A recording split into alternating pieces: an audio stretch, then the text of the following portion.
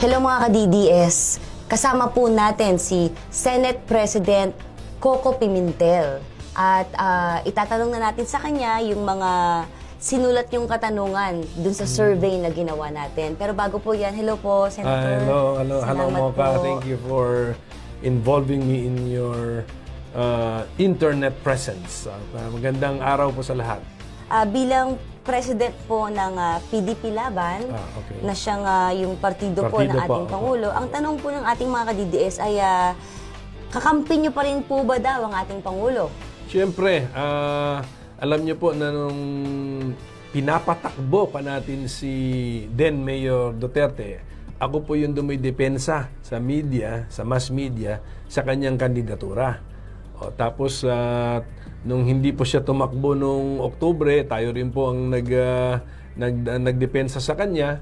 Bakit hindi siya tumakbo? And then, nung nag-decide na siya tumakbo, tayo rin po ang nagdepensa na bakit pwede pa siyang tumakbo. At during the campaign, tayo rin po ang nangampanya sa kanya, kasama ng ating mga kapartido, dun sa kanyang mga programa de gobyerno. Specifically, kasi naging one issue yung ating pinukpok nung kampanya. The all-out war against crime, drugs, and corruption. Ayan. Sabi po ng ating mga ka-DDS, kung talagang kakampi niyo daw po ang ating Pangulo, bakit daw po kayo sumasama o nakikialyansa yung mga kilalang kalaban o lumalaban naman daw po sa ating Pangulo na si Senator De Lima, Senator Hontiveros, at yung iba pang mga LP senators. At ito nga po yung tulad na lang daw po nung pagbigay nyo ng madaming chairmanship sa mga LP senators. Anyway, yung chairmanships kasi po, it's a group decision. Hindi rin naman ako magiging Senate President kung hindi ko rin sila kasama.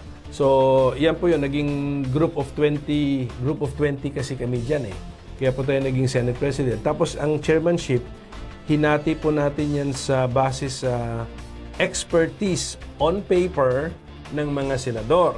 Para naman hindi naman maaksaya. For example, Committee on Justice, ibibigay mo sa non-lawyer, ang mga bills dyan tungkol sa court processes, procedure, hindi bagay. So, ang naibigay ko po yan during the planning of the Senate, napunta po yan sa former Justice Secretary tsaka former Chair ng Human Rights Commission. Kasi ang complete name po ng committee na yan is Committee on Justice and Human Rights.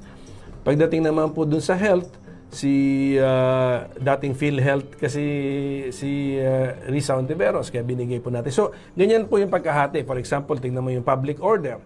Ano ang jurisdiction ng public order? Actually, police matters. Pwede nga pangalanan niya na Committee on Police Matters. Pero ang pangalan, Committee on Public Order. So, hulaan ninyo sinong perfect na ilagay dyan. Di yung dating chief ng PNP, na si Ping Lacson. So, ganun po yung pagkahati ng committees. Tapos, nagkaroon naman po kami ng parang manifesto o pirmahan na sinusuportahan po namin yung reform or program program of government for change ni President Duterte.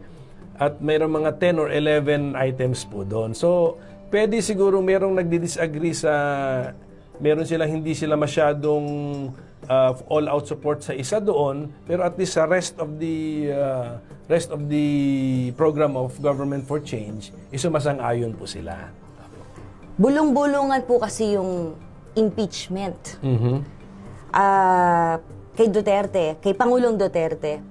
Ang tanong po ay, kung nasimulan po ito, mapoprotektahan niyo po ba si Pangulong Duterte?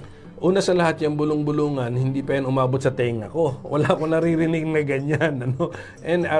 At huwag kayong mag-alala, kaya nga wala naman ako naririnig na ganyang kwento. And then pangalawa, para makonvict sa impeachment trial, kailangan po ng 16 votes. O yung sabihin kailangan, or tignan natin sa negative kasi 24 senators lang yan, kailangan lang ng 9 ang magsasabi na not guilty, hindi ka na po mako-convict. Kasi kung mag-9 ang not guilty, ang maximum number na lang ng guilty ay 15. Kailangan 16. Tandaan niyo po na ang aking alyansa sa Senado na suportado si President Duterte, 20 po kami, 2021. 21. So, kailangan mo lang doon ng 9, hindi na po siya mako-convict. Pero ito po pinakamahalaga sa lahat. Itong impeachment process, para lang po maintindihan natin, ay nag-uumpisa po yan sa House of Representatives. Ilan po ang kaalyado ni President Duterte sa House of Representatives? 260 yata 250 to 270 out of 300, more or less 300. So, napakalaki po, napakadami po ng kanyang alyado dyan na hindi na po makaka-first base ang ideya ng impeachment laban kay President Duterte. Pero, ang gusto ko lang sabihin mo, kasayo at sa mga ka-DDS, sa mga supporters po ni President Duterte, yung usapin po na yan ay never ko pa po naririnig. So, I don't think na meron pong, siguro meron lang nakapagsalita na umabot sa inyo, pero seriously, yung seryosong usapan, sa tingin ko, hindi po seryoso yan. Halimbawa lang, sir, worst case scenario, halimbawa lang po na merong ganoon pong mangyayari.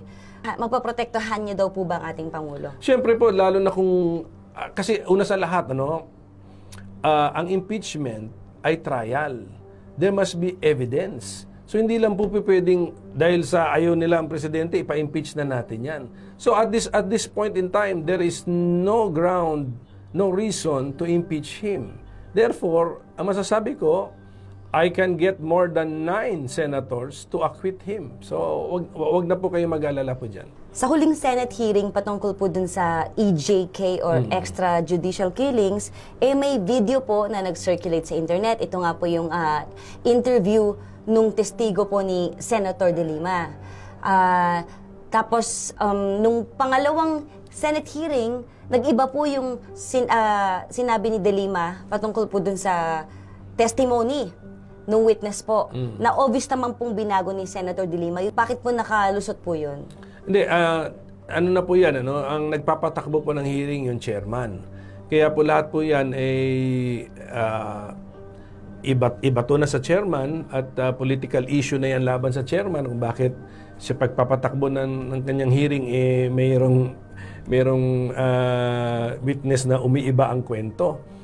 Actually, napuna ko na rin nga yan kay sa chairman si Senator De Lima na may witness nga doon na ang kanyang reklamong extrajudicial killing or isang insidente na pagpatay nangyari even before the term of President Duterte. So, yung kalidad po ng witnesses ay kontrolado na po yan ng chairman.